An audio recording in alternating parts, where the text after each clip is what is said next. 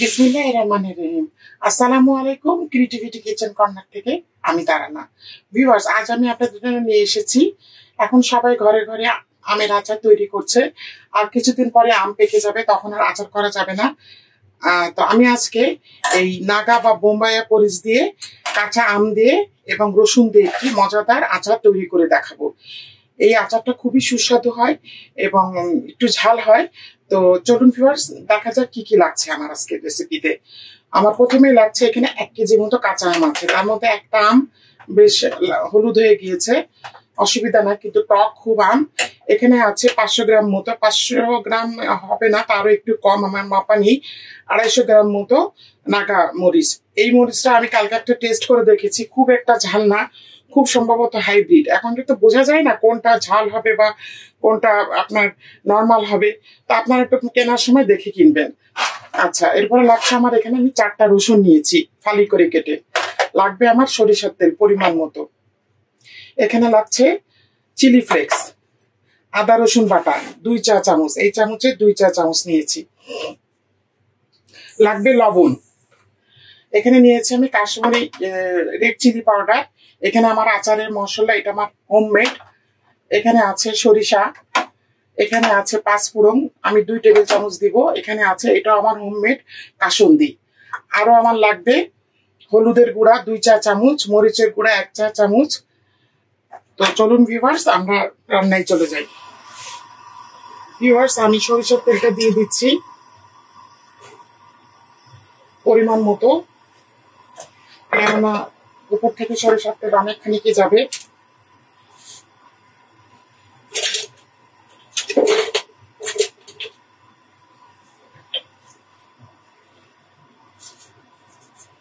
আমি পাঁচফোড়ন দিয়ে দিলাম এই টেবিল চামচের 2 চামচ।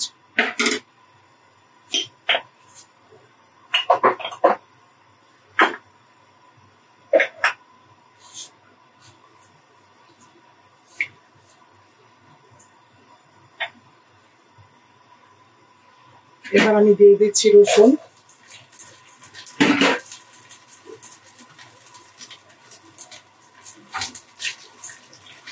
ভিউয়ার্স, আমি একটু জিনিস স্কিপ করে গিয়েছি, আমার ভিনেগার লাগবে 1 কাপ মতো প্রিজারভেশনের জন্য।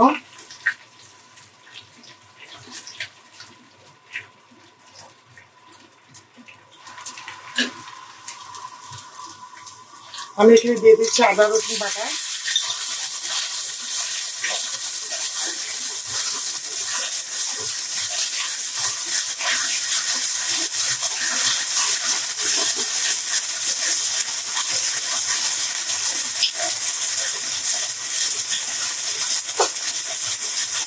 মশলাটা অনেক ফুটছে, এই জন্য আমি এখানে এখনই ভিনেগারটা দিয়ে দিচ্ছি 1 কাপ মতো।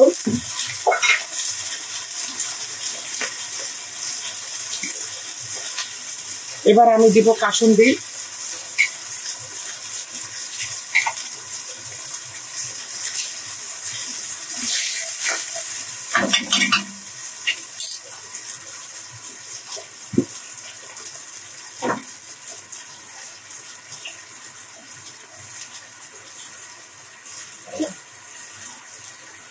আমি এখন দিয়ে দিচ্ছি চিলি ফ্লেক্স। এটা আটাটা যেহেতু ঝাল,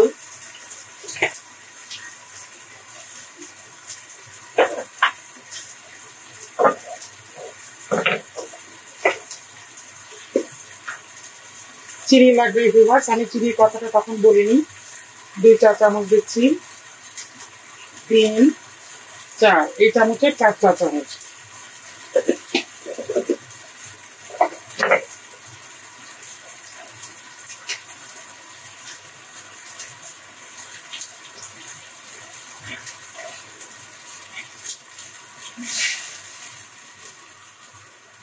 যেহেতু আদা রসুনটা আছে, সেহেতু একটু ভালো করে কষাতে হবে। আমি হলুদের গুঁড়া দিয়ে দিচ্ছি 2 চা চামচ।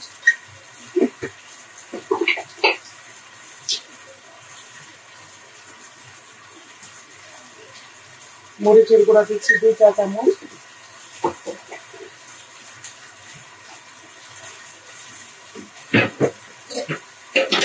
আমটা একদম গলে যাবে, তারপরে মরিচটা দিব।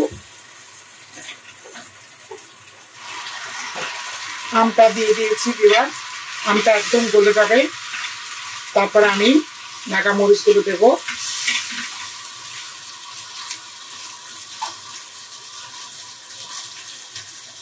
আমি আরো একটু ভিনেগার দিচ্ছি।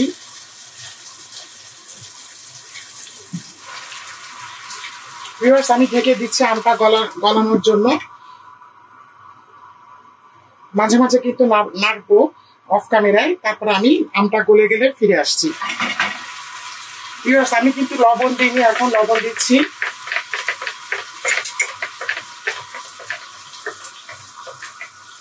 এই 1 চা চামচ,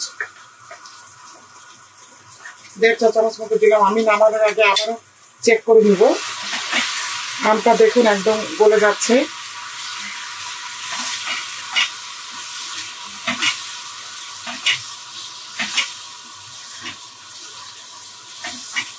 এটা বয়মের রাখতে রাখতে দেখা যাবে যে আরো গলে যাবে। আমি এখন এই মরিচগুলো দিয়ে দিচ্ছি। মরিচগুলো আপনারা ইচ্ছা করলে খালি করেও দিতে পারেন, আমি আস্তেই দিয়েছি, কেননা এটা রান্নার পর ছোট ছোট হয়ে যায়।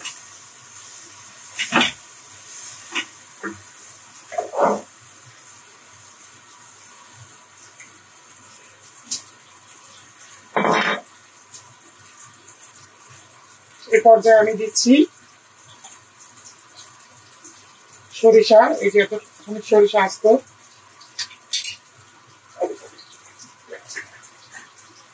দেখতে ভালো লাগে।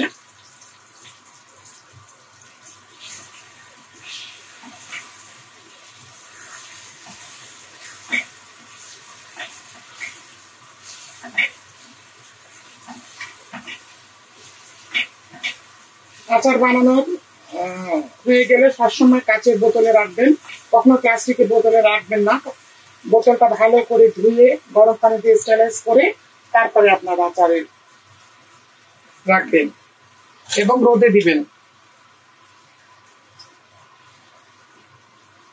আমি কাশ্মীরি রেড চিলি পাউডারটা দিচ্ছি, এই চামচের 1.5 চামচ দিলাম, জাস্ট কালারটা আসার জন্য। এই মরিচে কোনো ঝাল নেই।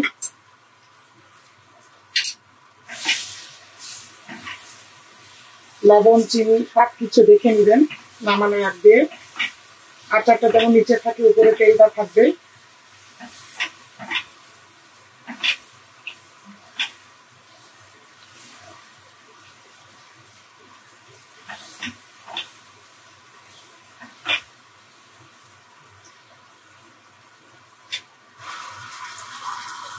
আমি আরো 10 থেকে 15 মিনিট এটাকে আরো মরিচটাকে আমি সিদ্ধ হতে দিব, তারপরে আমি ফিরে আসছি। ভিউয়ার্স, আমি কিছু শুকনো ঝাল এভাবে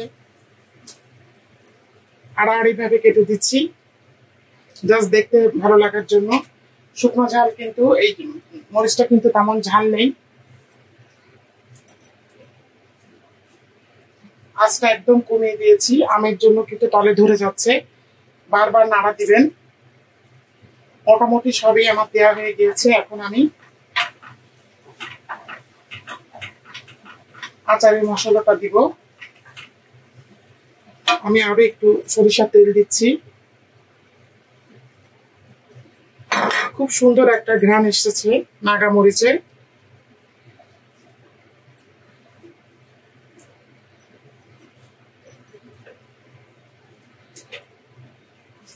এভাবে একটু সিজার দিয়ে আড়াআড়ি ভাবে কেটে দেবেন, দেখতে ভালো লাগবে।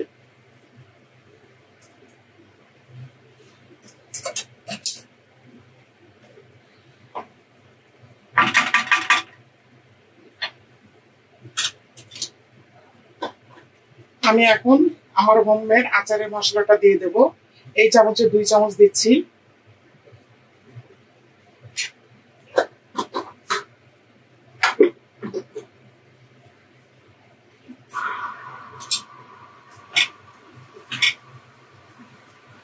ভিনেগার কিন্তু অবশ্যই দিবেন, নাহলে কিন্তু আচার ভালো থাকবে না। মাঝে মাঝে বয়মের মুখটা খুলে রোদে দিবেন। আচারটা যতদিন না মসলে, এটা আপনারা 1 সপ্তাহ পরেই খেতে পারবেন। আমটা কিন্তু একদম মেল্ট হয়ে গিয়েছে, কাঁচা আমটা। আপনারা এই আচারটা আমের আচার যে কোনো সময় বানাতে পারেন, যদি আপনারা আমটা প্রিজার্ভ করে রাখেন ডিপ ফ্রিজে যে কোনো সময়। এই মরিচটা তো সারা বছরই পাওয়া যায়। আপনার আমটা হলেই আর তো সব বাসাতেই থাকে মশলাপাতি, এই আচারটা বানিয়ে ফেলতে পারবেন। এটা ভাত খিচুড়ির সাথে খুবই ভালো যাবে, রুটি। যারা একটু ঝাল খেতে পছন্দ করেন, যদি চিনিটা একটু বেশি দিতে চান আরো বেশি দিতে পারবেন। ভিউয়ার্স, তৈরি হয়ে গেল আমার কাঁচা আম দিয়ে নাগামরিচের অত্যন্ত সুস্বাদু আচার। আচারটা যখন ঠান্ডা হবে তখন কাঁচের বয়মে ঢালবেন। গরম অবস্থায় কাঁচের বয়মে ঢালতে যাবেন না, বয়ম ফেটে যাওয়ার সম্ভাবনা থাকে।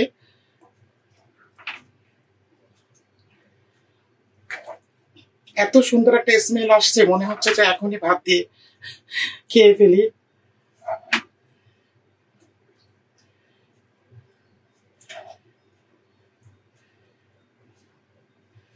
দেখুন ভিউয়ার্স, কত সুন্দর তৈরি হয়ে গিয়েছে।